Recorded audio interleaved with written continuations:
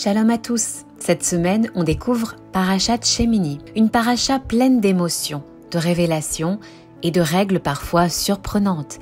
Alors accrochez-vous, on démarre tout de suite. Ce jour-là, c'est le 8e jour du service d'inauguration du Mishkan, le fameux tabernacle. À partir de ce moment-là, ce sont les Kohanim, les prêtres, qui sont officiellement chargés du service. C'est leur job, et eux seuls peuvent s'en occuper. Le premier à servir, c'est Aaron à Cohen. Il apporte 2 sacrifices, un veau pour faire taire le Satan, qu'il ne vienne pas dire « c'est lui le responsable du veau d'or », et un bélier pour rappeler le mérite d'Abraham, qui avait offert un bélier à la place de Yitzhak. Une fois le service terminé, Aaron bénit le peuple. Et cette bénédiction, on la reçoit encore aujourd'hui à la synagogue, quand les Kohanim montent pour bénir. Les mêmes mots transmis jusqu'à nous. Mais malgré tout, rien ne se passe. Pas de feu, pas de signe du ciel. Aaron doute. Il pense, peut-être qu'Hachem ne m'a pas pardonné. Peut-être qu'on me reproche encore le veau d'or. Mais Moshe l'encourage. Il lui dit, viens mon frère, on va prier ensemble dans le Mishkan. Ils rentrent tous les deux, ils prient. Puis ils ressortent et ils bénissent de nouveau le peuple et là, un feu descend du ciel. Il vient consumer les offrandes sur l'autel. C'est clair, Hachem a accepté leur service. C'est spectaculaire. Le feu consume les offrandes sur l'autel. Le peuple est en liesse, il chante, il danse. La joie est immense. Mais tout ne s'était pas passé comme prévu. Nadav et Avihu, les 2 fils d'Aaron, avaient vu que le feu céleste tardait à venir. Alors, dans leur élan, dans leur zèle, ils avaient pris de l'encens et allumé un feu qu'Hachem n'avait pas demandé, un feu étranger, dans un endroit où chaque geste devait être commandé par le ciel. Et soudain, un autre feu était sorti, un feu divin. Il les avait consumés sans même brûler leur corps, là devant tout le monde. En un instant, ils étaient morts par un feu céleste. Au milieu de la joie, du chant, de la fête, le silence était tombé. Pourquoi une telle sévérité ? Il y a plein d'explications à ce sujet. Et si vous voulez les découvrir, appelez notre service téléphonique Torah Box. On se fera un plaisir de vous expliquer. Il y a 10 explications. Imaginez la douleur d'Aaron. Il vient de perdre ses 2 fils en pleine fête et pourtant, il ne dit rien.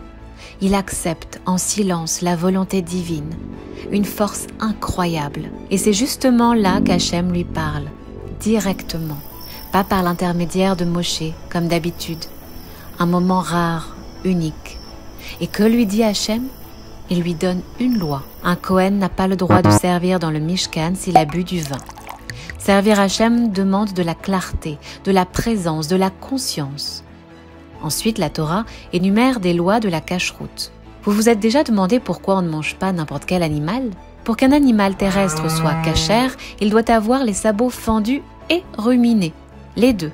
Un poisson, il faut qu'il ait des nageoires et des écailles, sinon on oublie. Et les oiseaux alors ? Ah là, ça se complique. La Torah donne une liste d'espèces interdites et le reste serait autorisé. Mais comme on ne sait plus exactement à quoi correspondent certains noms, aujourd'hui on ne mange que les oiseaux dont on a une tradition claire qu'ils sont cachères.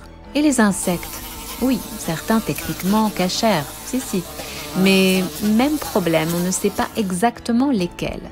Alors, dans le doute, pas d'insectes au goûter. Dommage, hein ? Manger un insecte volant, c'est aussi grave que manger 6 fois 30 grammes de porc.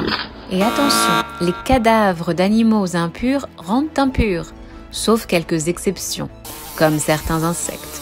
Pour les autres, un bon passage au mikvé et on repart.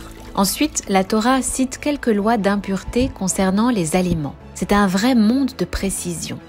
Et pour finir, la Torah revient sur une catégorie spéciale, les rampants, scorpions, scolopendres, scarabées, tous ces charmants amis, on les laisse tranquilles et surtout, on ne les mange pas. Mais pourquoi toutes ces interdictions ? Est-ce juste une question d'hygiène, de goût, de culture ? Non, on ne mange pas ces animaux parce que Hachem nous l'a demandé. Point. Même si on ne comprend pas toujours pourquoi. Et c'est justement dans ces lois qu'on ne comprend pas forcément que notre relation avec Hachem se renforce. Voilà, c'était Parashat Shemini, un épisode puissant entre feu sacré, lois alimentaires et obéissance divine. Tu veux en savoir plus ? Tu as une question ? N'hésite pas à appeler notre ligne spéciale ou à nous écrire et surtout, n'oublie pas, chaque commandement c'est une opportunité de te connecter à ton Créateur. Shabbat Shalom à tous et à la semaine prochaine.